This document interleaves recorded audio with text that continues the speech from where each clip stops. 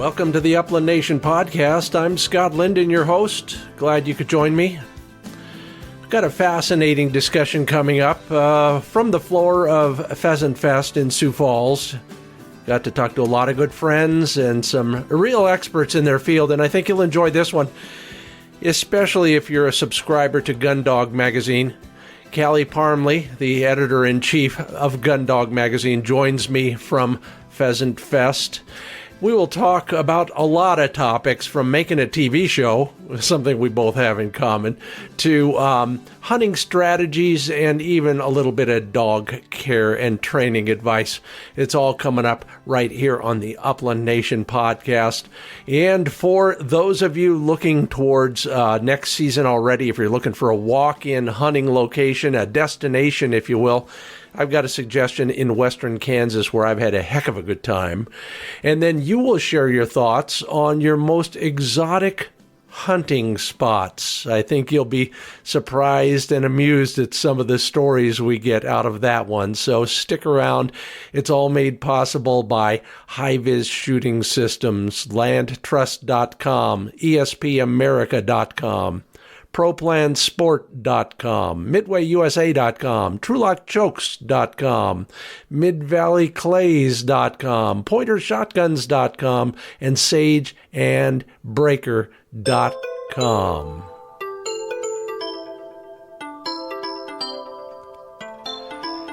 Well, I don't know about you, but over here, we're still trying to get back into shape. Yeah, had a lot of setbacks, still dealing with, I think I'm allergic to Central Oregon. At least that's all the doctor says it is an allergy, so hopefully I'll get over it. Flick has no problems with that. He has problems with his owner getting sick, so we're working on conditioning, longer runs, steeper climbs, and even getting the pigeons back in shape. A lot of them. I don't know about you. If you keep pigeons, I'm curious. Have you seen an uptick in the number of pigeons? I mean, are they reproducing at a higher rate than average? Mine sure are, and I guess I should knock wood. Be grateful for that. You, on the other hand, are relating some incredible stories about where you've been over the years while hunting, and I think that's kind of fun and inspirational, or aspirational, maybe that was the way to put it. So I asked on the social media pages, what's the most exotic place you've hunted?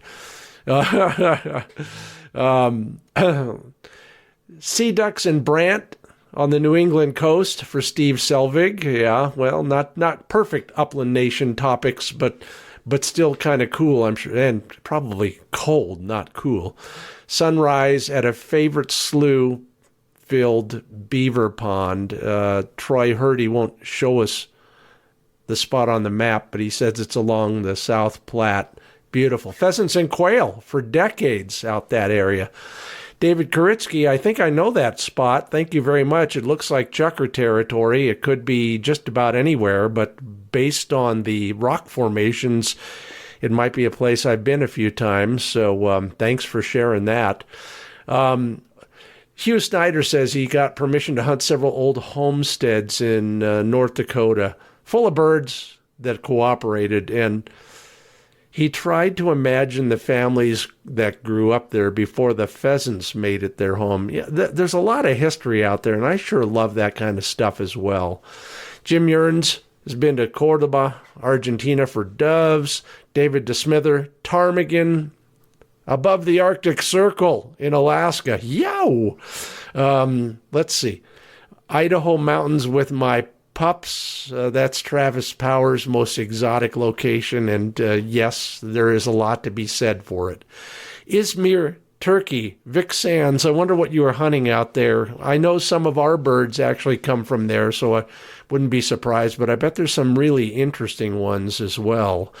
Cork Green, Tonto National Forest for quail. Okay. Yeah. Oh, wow. Cool. Old Stagecoach Trail where the ruts were still visible. Yeah. Listen, everybody. Can you, like Cork, still hear the quail in the creosote bushes and Palo Verde? Boy, I haven't seen that term for a plant in a long time. I remember digging a lot of that stuff out in my landscaping days. Lance Larson, you're always making us jealous in one way or another. This is, you weren't hunting them, I know, everybody, but a tortoise in Africa, Eastern Cape, South Africa. Wow, beautiful. And as many folks have told me over the years, Africa is a life-changing experience. Yeah, I can't wait. Maybe somebody will bring me over there at some point. Hey, thanks for all your contributions. Some great stuff there, and always inspirational as well. We're brought to you in part by PointerShotguns.com. If you are, like my buddy, shopping for a grandson, looking for a gun that will fit him at age 10, well, they got some youth over and under models that might do the job for you at PointerShotguns.com. 7-year warranty always helps.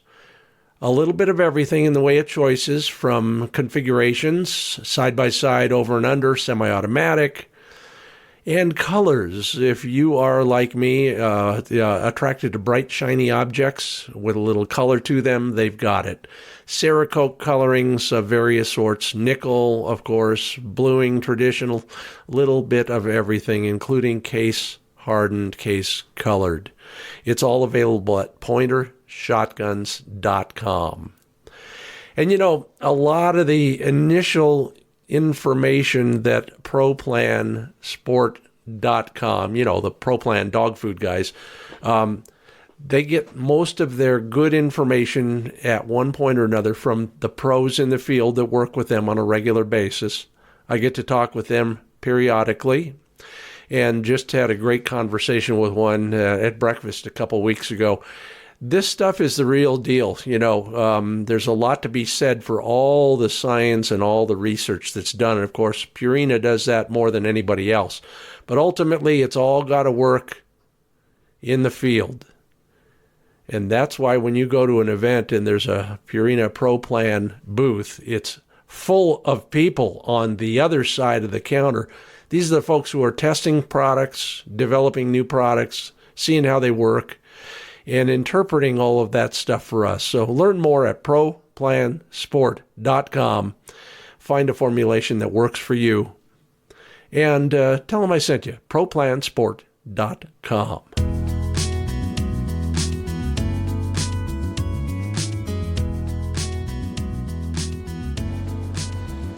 Back to the floor of the Pheasant Fest and Quail Classic in Sioux Falls, South Dakota. I don't know how to describe her.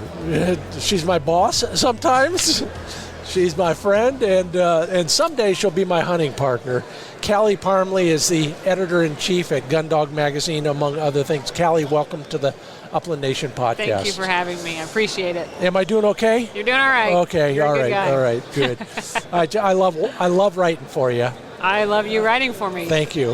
It is the most fun, and it seems like at least once a day I say to somebody, well, I wrote this piece for Callie that's all about this, and then I give them the lecture. I should just carry the copy and read it to them. Pass it out to them. Yeah.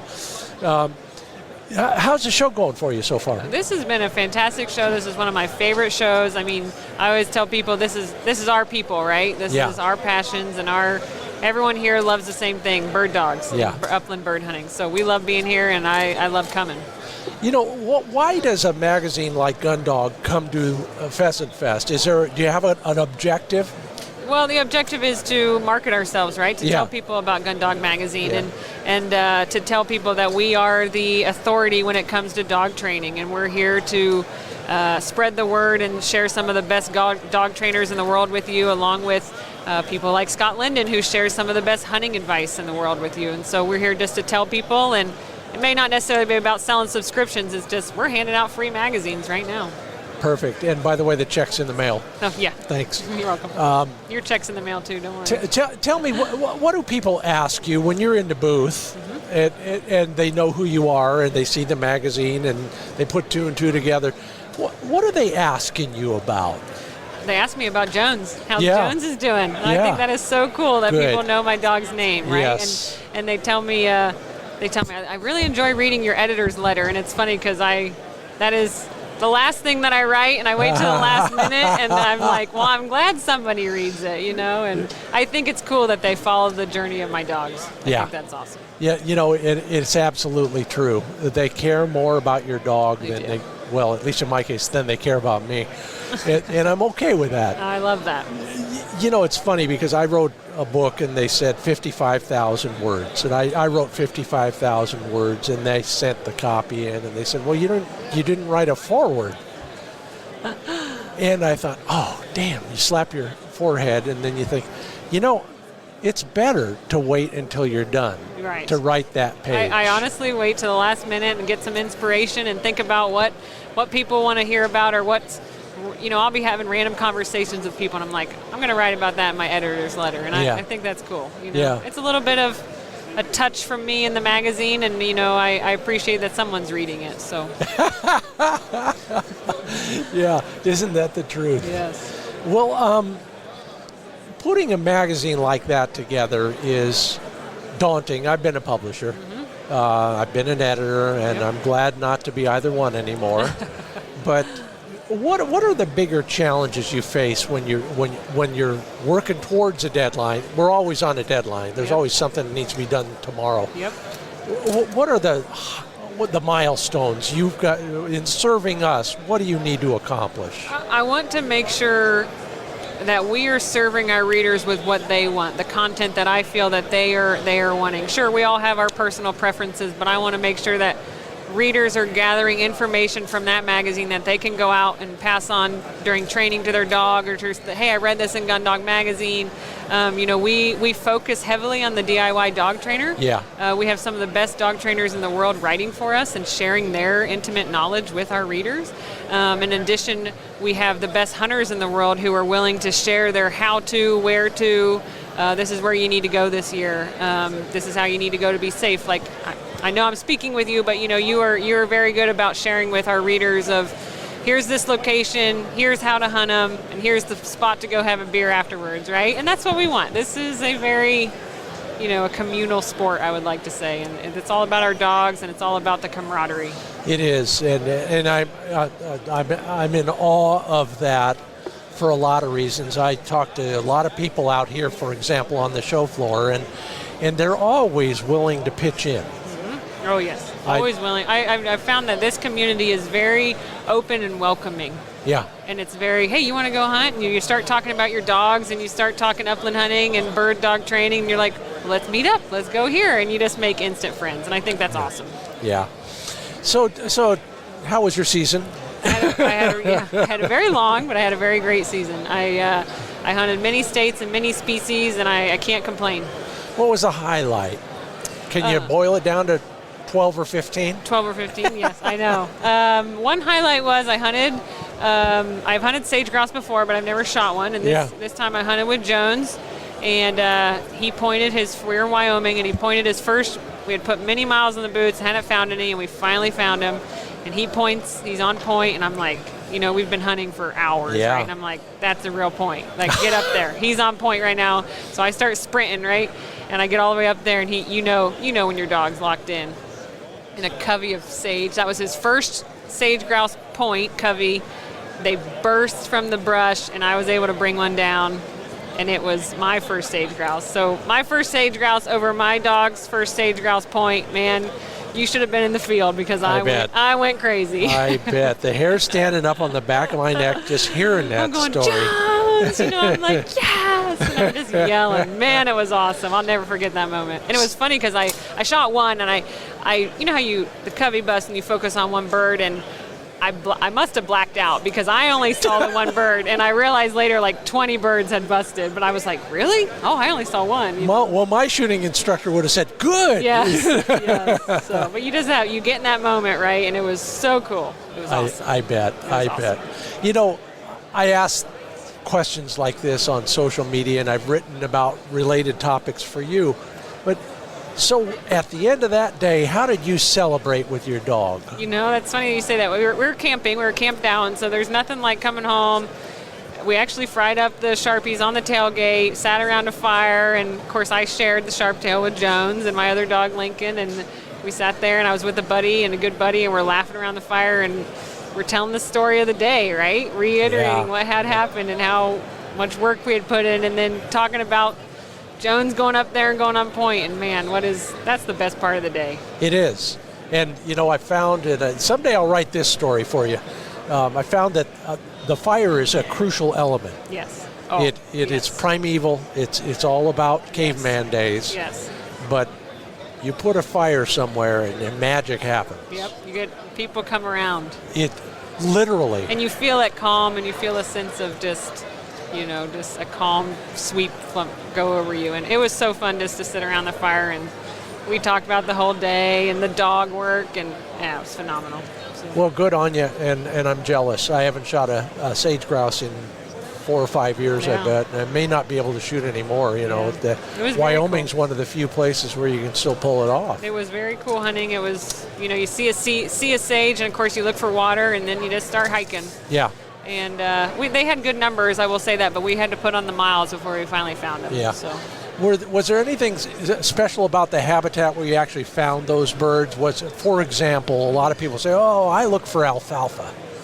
That's a good question, honestly. Hard to find in Wyoming in a lot of places, but if you do, you're supposed to focus. Sure, I will tell you that we were just hunting rolling sagebrush fields. Like there was no alfalfa. We were definitely looking for water because you're in such vast country, right? Like where the water is, they're going to be nearby.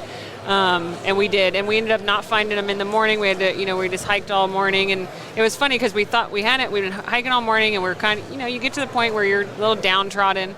We're like, should we break for lunch? Well, let's hit one more spot. And we hit that one more spot, and we found them. Nice.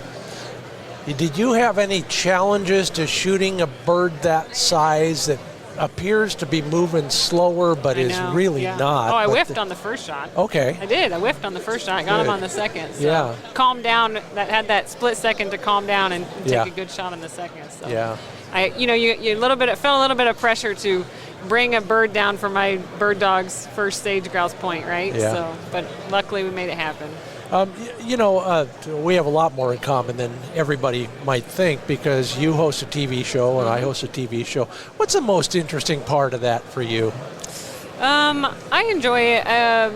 We get to travel a lot of places, and the show's called Wild Upland. It's a gun dog production, and I basically told them if we're going to do a TV show, we're going to do it where we're telling the real and the raw of bird hunting and the hits, the misses, and I mean that first whiff on that sage grouse is on the TV show. Oh, great! So we'll see that on TV. We're not telling anybody, right? And we show the fantastic dog work. We show dog work. I don't want to call it bad, but working through our learning lessons, right? We tell people the real and the raw. We're hunting wild birds, and the point of it is to talk about what we're all passionate about, and that's bird dogs. Well, I'll tell you, I watched an episode not a week ago, and it was one of your later episodes, I think. And I wish I had been that polished in my first or second season. Well, you're handling it extremely well. I appreciate it. I did a little bit of TV with Peterson's hunting before. Oh, all right. So. Okay, that helps. Yes, sure. For sure. Yeah, you bet. When you're out there doing that sort of thing, are you changing any aspect of your hunting style? Now, we all know, number one, it's not set up. No. Number two, though, sometimes you gotta wait for that camera guy to catch up, or the sun's in the wrong. What are the biggest hurdles you face? The only hurdles we face is sometimes we had a lot of hot weather so we had to hunt really early. Well, of course, you can't hunt until you get camera light, right? Like we can hunt right at daybreak, but you got to wait for the light to come up a little bit. And then I will say my camera crew is absolutely fantastic. We filmed season 2 this past season, but season 1, one is a hunter, but not quite an upland hunter. And so I had to very much explain to them, hey, when my dog goes on point on a wild bird, you need to start sprinting because these birds aren't going to hold very long. You're not going to be able to get a camera in his face. We're not staging anything. You get up here. And so I had to train them a little bit to let them know when the dog's on point and please run, please hurry because this is going to happen quickly. I'll never forget I had to bring a guy in from LA once to substitute for one of my shooters. And we get a dog on point, and the first thing he does is pulls out a little version of the what they call a clapper, and he's going to run out between the dog and me and do that clapper thing, and then we're going to fly the bird. Yeah, I had to take him aside after that one, but he did pretty good. Good. Yeah, my guys are fantastic. I love them. We're very good friends, and they do a good job of videoing, getting the real and the raw. So it's cool. What is it? What do you like most about that TV show and making it? Sure. Tell me what trips your trigger. Honestly, I enjoy that I get to travel and get my dog on a bunch of birds because, we do that anyways, but now it's like an even bigger excuse to hunt more. And, of course, it's a lot of travel. It's a lot of wear and tear on us and the truck and the dogs, but who wouldn't trade anything in the world to be hunting with your dog all the time, right? Yep. So I don't care about the cameras. I don't care about killing a bird. I care about taking a hike with my dog. Yeah, we can fix the rest in post. Yes, exactly. Exactly.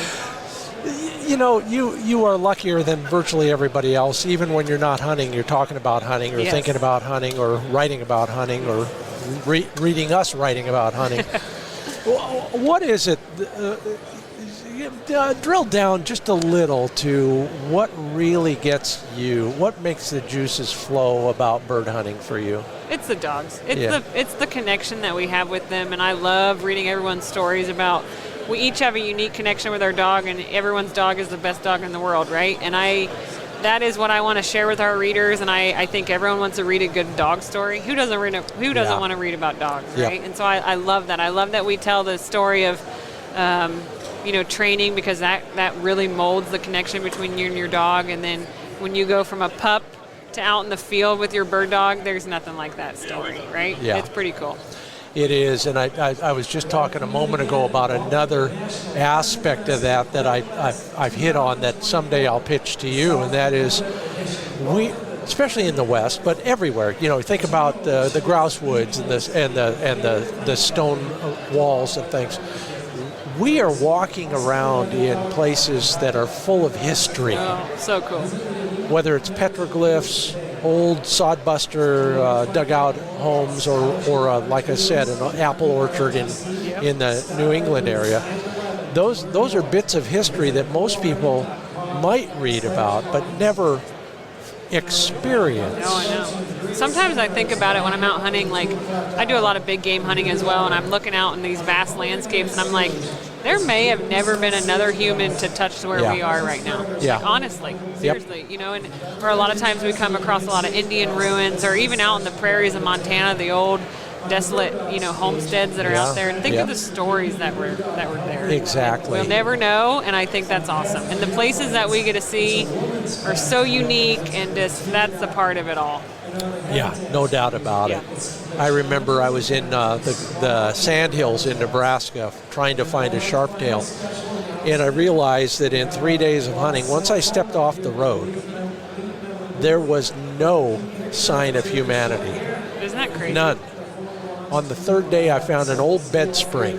Wow. Other than that, nothing. Think about that. 3 days. That's crazy. Yeah. Just think of what happened on that landscape, from the Native Americans to the homesteaders who made their way across the West, the history that we'll never know about. Yep, that's for cool sure. Though. I'm Scott Linden. That's Callie Parmley from Gundog Magazine. This is the Upland Nation podcast. We're on the floor of Pheasant Fest and Quail Classic here in Sioux Falls, having a great time. And I'll tell you, Callie, I don't know about you, but I had a hard time moving around out there. It's so... It is packed. You could say crowded or you could say popular. I'll say popular. That's a good idea, popular. This show is filled with hardcore bird hunters, that's for sure. And I was surprised Friday. I wasn't expecting to be so busy, but it was slammed too. Yeah, we were here once about 5-6 years ago, and they pulled out the stops. The whole city was here for us, and it's a surprise that it took so long to get back. Yes. Based on that. I know, because it's, you'd think South Dakota, this is the pheasant capital of the world. Yeah. I've actually had a lot of people tell me they've driven in from Minnesota, 2 or 3 hours to be here, and I think that's awesome. I think the record for me is 11 hours. Somebody said, I drove all the way here just to see you. No, not really. No, but it's dedication times two. It is. This is one of the best shows in the world. Not only are we raising money for conservation, but we got all the brand new products out here, and the dog products that you need in the upland gear. And let's just say I walk away with spending way too much money at this show. Well, have you seen anything really interesting? That's the trick. A ton of new bird bags out there. I'm loving all the dog kennels, and honestly, a bunch of new shotguns that are dropping. And so this is the place to be if you want to load up on upland gear. Yeah, it's kind of like Christmas all over again in a way. There are you're right. I've seen way more new shotgun brands than I've ever seen. Way newer shotguns. But you know what else I love? Like, of course, the upland gear, we all load up on that, but the lifestyle gear. Tell me. So that we can all just rep our dogs and our birds that we love 24/7 a year. I love that. Over at Bird Dog of the Day and. Getting all the stickers and then all the hats with all of our stuff on it. I think that's cool. Yep, absolutely. I may have picked up a hoodie with a setter on it. I'm just saying. Well, we are going to be back after a brief commercial message with Callie Parmley of Gundog Magazine. I'm Scott Linden. This is the Upland Nation Podcast. Don't go away. Coming up, we'll take a trip to a Kansas town that is ideal as a headquarters for your walk-in hunting adventure. It's coming up right here on the Upland Nation Podcast after this word from landtrust.com. Hey, they got properties in Kansas, among other places.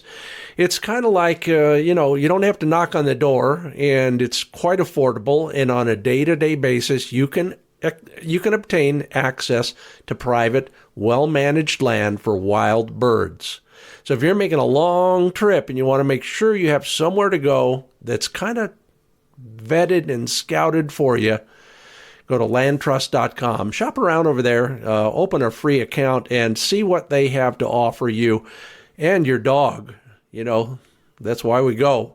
Landtrust.com. And if you want to shoot better, change your choke tubes. Yeah, if you haven't patterned your gun, that's one thing. You first ought to do that. Second, you ought to take a look at some new choke tubes to help those patterns. Reduce the number of big gaping holes in your pattern. As Scott Trulock says, if you can look at a pattern paper or a pattern board and find bird-sized holes in your pattern, well, no wonder you're missing. Okay, that's my excuse, and I'm sticking to it. Learn more about why good choke tubes are good shooting at TrulockChokes.com.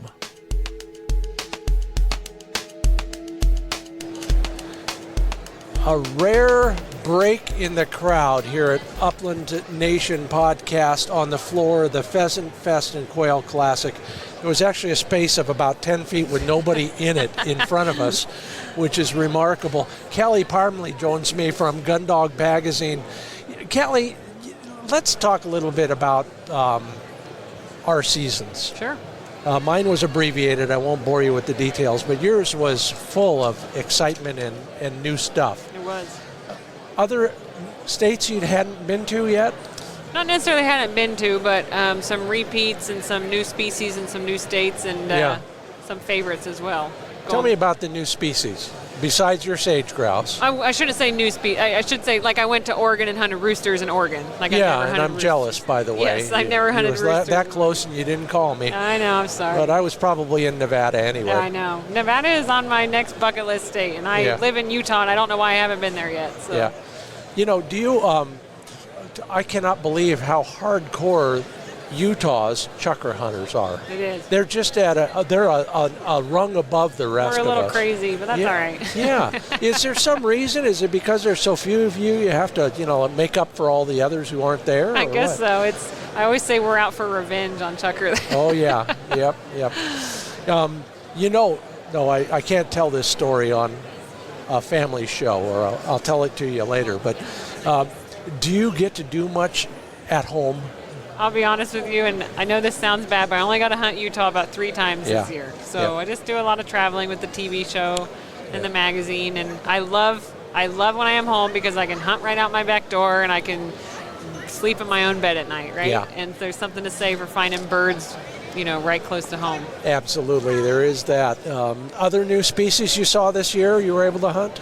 I hunted Cali quail in Washington with a friend over his Vizslas and my Jones, and we had a great time up there. Of course, I've hunted California quail, just not in Washington. Yeah. So we had a really good time up there, and he's got some great dogs. And let's see, I was in Montana for roosters and sharpies. I was in Nebraska. I do like a friend pheasant camp every year. Yeah. We did that, of course, this year. I just got back from Arizona, hunting Merns down in Arizona, of course. So Everybody but me. I know. That is a hunt that I plan on doing every year. Great. It is just fun. It kind of mimics chucker hunting, I'm not going to lie. Yeah, I agree 100%. But there's those dang oak trees that get in the way. Get right in the way, right? Yeah. But it's perfect for working a young dog. Yes. I want to talk about fantastic dog work on those birds. That is where to go. Well, I'm obsessing on that because I am selfish enough to think I might learn enough to actually shoot a bird when I'm down there. Yes. But what is it about Merns in particular that are so beneficial for a young dog? Absolutely. Well, I will never claim to be a Merns expert yet, but I have hunted them a few times, and they hold very well and very tight, and so dogs tend to run over them. So I'll give you an example. Jones hunted them last year, and that was it. And so this year we go out, and it took about 4 coveys before he started pointing them. Yeah. Yeah. At one point, we were walking, and we both walked right past a tree, and he runs past, and as soon as I walk past, the covey busts from the tree, like 20 birds. I'm like, really, Jones? You didn't smell those birds right there? And so you know how that goes. But kept hunting him, kept getting more contacts, and by the end, he was slamming on point. So yeah. Couldn't be more proud of him. But I just kept saying, we just keep going because he's going to figure it out. Birds make a bird dog. I had a discussion that was related to that. It was actually an Arizona-based discussion about humidity and dogs' abilities to scent. It's interesting. For whatever reason, that is one of those places where it's harder for the dog. It is, and I will also tell you this. This was a big factor, too. The wind was absolutely ripping. And he ran through 4 birds and 4 coveys, and as soon as the wind stopped ripping, he pointed them. Yeah. So that has to tell you, like, 30-mile-per-hour winds are not helping scenting conditions. No, you think about it, and we've all seen, in fact, Rick and Ronnie Smith have a little demo on one of their videos of a little smoke-emitting device of some sort, and then they get up in a man lift or something, and they show where that smoke is going. It's eye-opening. Yes. It really is. It really is.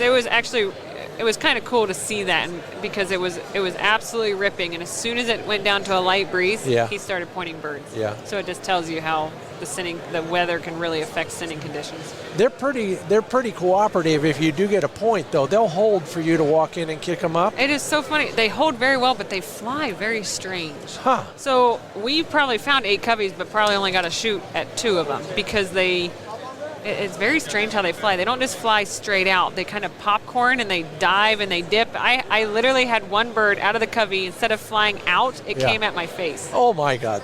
It was very strange. The Merns. This was Merns. I had a mountain quail do that. I was on a beaver dam trying to get over to my dog on the other side where he was pointing the edge of the creek. And before I could get there, one of the pair went straight up in the air. The other one came right at me. You could have caught it with your hand. I had to duck out of self-defense.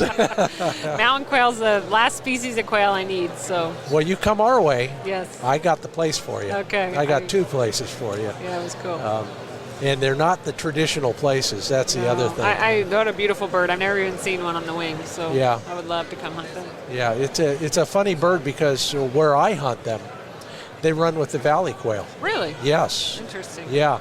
And to a great degree, especially a guy who's a little colorblind, I don't know what it is until the dog brings it back. Really? Yeah. Well, they fly pretty fast to recognize them on the wing. Yes. Yeah. And if they're going away, well, I got enough problems with that.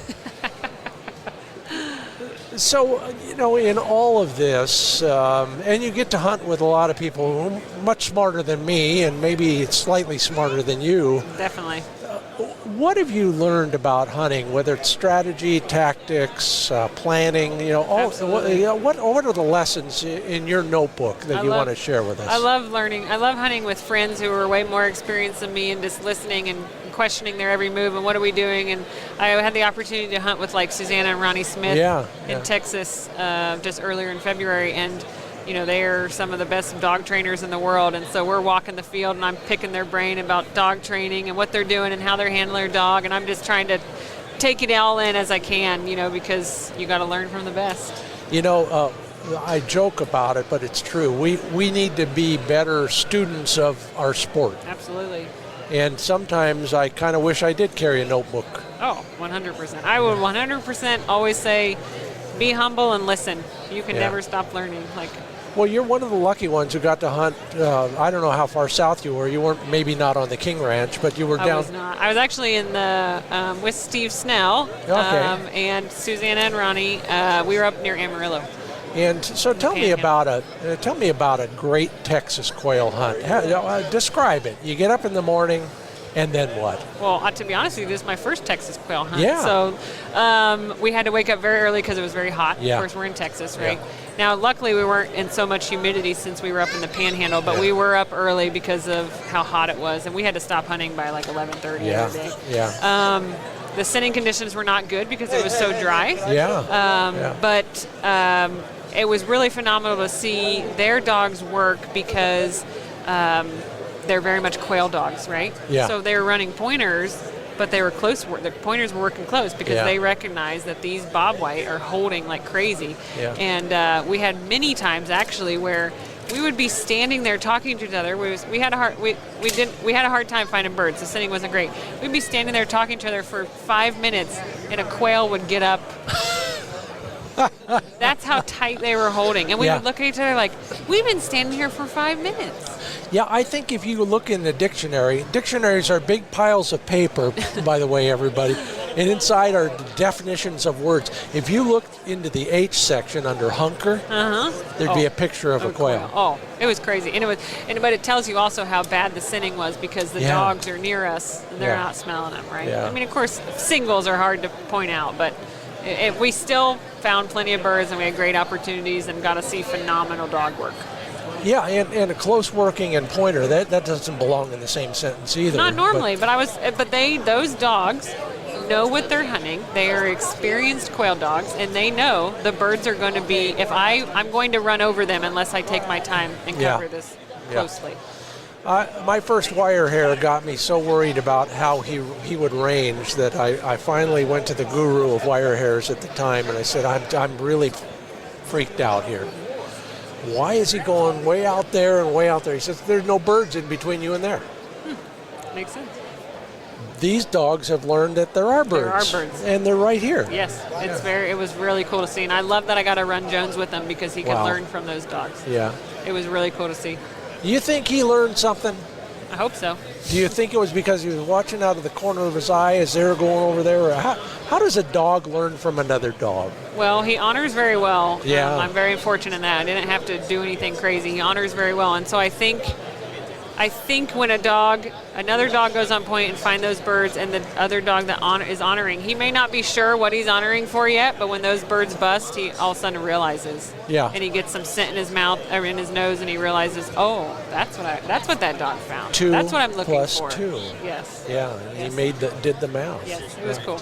Tell me about the terrain down there. We don't get to go. We'll never get to go where you just went. I was in the Panhandle, and it was very much like rolling, beautiful plains. Yeah. Very Texas. Cholula whatever. What are they called? Cactus, not cactus, but anyways. Yeah. But beautiful, beautiful rolling plains, and very much looked like Texas. So. Grass? Grass. Yep. Grassy. I would say it was like knee-high grass. Really? A little shorter. Yeah.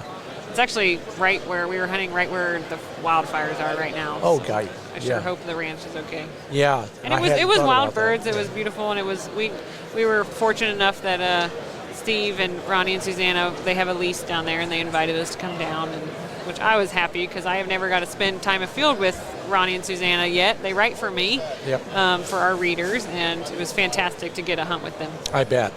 Yeah. Great people. We've almost done that in Montana once. Highly recommend. Timing just never worked. And I loved hearing their stories from guiding for 30 years down at the King Ranch. I bet. That was pretty cool. I bet. That's pretty cool. Okay, so put on your vests. Let's go through your pockets. Gear list? Yeah, and not the usual suspects. We all know what they are, right, everybody? Okay. But is there anything in there that you bring along? I don't care if it's a good luck charm or it's something that you've learned the hard way, but what are you carrying? I'm trying to think of a good luck charm. I don't necessarily know if I have that, but we're all pretty OCD, right? Yeah, about our gear we have and how we put our vests on. I'm definitely one of those. I always carry wire cutters. I have not, knock on wood, had an incident, but I would rather have them than if an incident did occur. Yep. I always carry a Leatherman Yep. in case we have an unfortunate incident with a porcupine. Yeah. I will tell you, I ran into a product this year that I want to find, and I found it on Amazon, and it was, I don't know how to explain it. You put, when you're crossing a barbed wire fence, Yes. you put it against the Yes. pole so you can easily climb over It creates a step You know what I'm talking about? The step. Yeah, I do. And I don't know the official name, I'm sorry, but it was fantastic, and it weighed like 2 ounces, and I will be buying one. Oh, and by the way, there's another one brand new this year on the market right here in this building. It's 2 little C things that will squeeze your barbed wire strands and make a big hole for you in the middle. That was cool. I can't wait to field test that. Yes, for sure. I have a good luck charm, and I'm glad I bring it. Not that it helps my shooting, but I take a carabiner and I put all my long gone dogs' collar tags on it. Well, I will tell you that my first bird dog is still with us right now, and so I don't have dog collars yet, but when he goes, he will be with me every day. There you go. So. Yeah. Well, if you wanted to leave us with a little bit more advice from, whether you stole it from Ronnie and Susanna or somebody else, or you just learned by trial and error, what kind of hunting advice could you give us? I would say enjoy your time. Don't focus on shooting a limit. Focus on hunting with your dog. Yeah. Focus on being in the moment with him, and this is about him or her. This isn't about you, right? Yeah. And enjoy it. Enjoy every moment, because unfortunately they don't live as long as us, and that's awful, but enjoy the moment with them.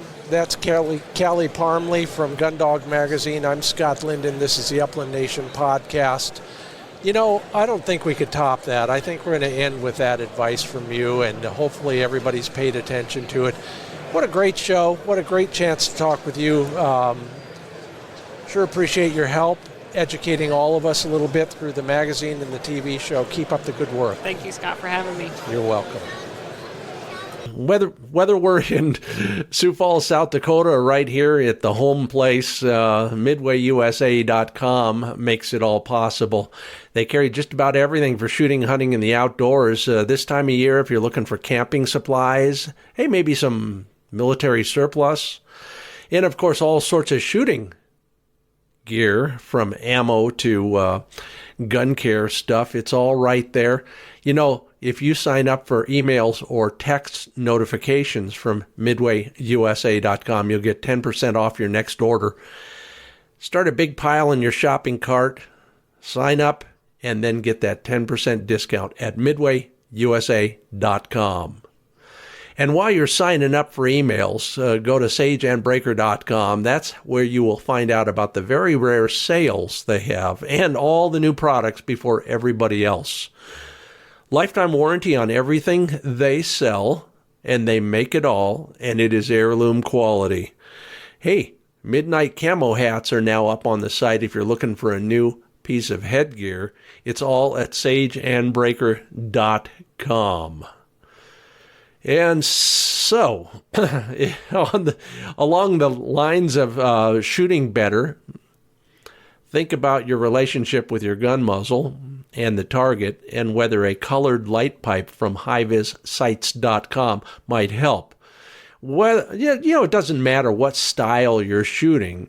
If you're shooting, you're trying to create a relationship between your gun muzzle and your target. And sometimes the right sight will help. They make magnetic, screw attach, and plain barrel sights even I can install. Take a look at their entire line and see if something there might be helping you shoot a little bit better. HiViz sights.com. HiVizSights.com. Well, this week on the road trip, we're headed for western Kansas. Osborne, Kansas is the town where we headquartered to make a couple TV shows. Got to explore a lot of the walk-in country out there, courtesy of our friends at the Department of Wildlife, Fish, and Parks in Kansas. They guided us to some of the better spots, but what I learned, because I hung around for a few days afterwards, is there is just a whole bunch of walk-in country there. Get the hunting atlas at the Kansas website and then head out for Osborne, Kansas. Funny story, we were getting ready to shoot on the first day, and we let the dogs out to stretch their legs while we put the batteries in and loaded up and got the gear on, and couldn't find Flick. Son of a gun, we all started looking, and there he was at the classic location. He was up the hill a little bit and off the road, of course, on point in a plum thicket. And I've said it before, and I'll say it again, never ignore a plum thicket in Kansas. You never know what might come out of it. In this case, it was a bobwhite quail, but right along the side in the deeper grass, ringnecks. And it's all available in Osborne, Kansas. All sorts of crop variety, all sorts of fallow fields, woodlands, and shelter belts. Yeah, and one of the few places where they still have their own dedicated Boy Scout lodge and meeting place. If you're looking for somewhere new to go, take a look at Osborne, Kansas.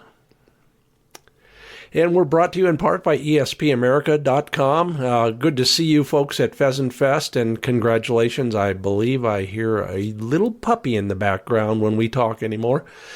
You know, got taken to school on hearing protection devices from my friend Jeff at ESPAmerica.com. The reason these ESP products are so much superior when it comes to wind noise, it's where the microphone is located on your hearing protection device. They put it up in a little spot where it's tucked behind your own ear's anatomy so that you got a windbreak already on your head. And then they add patented digital software. Hey, it works. I was out on the Clays Range in a windy day not 4 or 5 days ago. And boy, I could hear everything I needed to hear except for those gunshots. Learn more about how hearing protection devices work and why you need them at ESPAmerica.com. And use them the next time you visit Mid-Valley Clays and Shooting School, whether you're just there to shoot for fun on all the clay target games, or if you're taking a lesson from one of the hunting instructors who also know a little bit about clay target shooting. Or if you're shopping for a new shotgun, they are sub-gauge central. MidValleyClays.com has a large assortment of 20, 28, and 410 always in stock. And if they don't have it, Dave Fiedler, the gun guru, will find it for you. Call him before you make your decisions. You might be surprised at the insights he can offer you. And then once you're ready to buy, don't forget he can ship anywhere, anytime. Stay in touch when you're shopping for a new shotgun at MidValleyClays.com. Well, now is when I thank you for being such nice people and contributing to our discussion. Appreciate every one of you who does in one or more ways.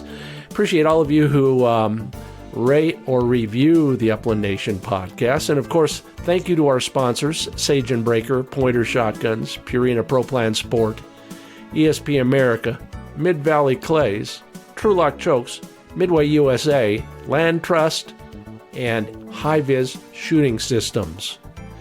Thanks, Callie Parmley. You can watch Callie on the Outdoor Channel in Wild Upland, and then, of course, every other month at Gundog Magazine. And thank you for being such kind and attentive listeners. I sure appreciate your feedback. I'm Scott Linden. We'll see you next week. Until then, maybe I'll see you at the range.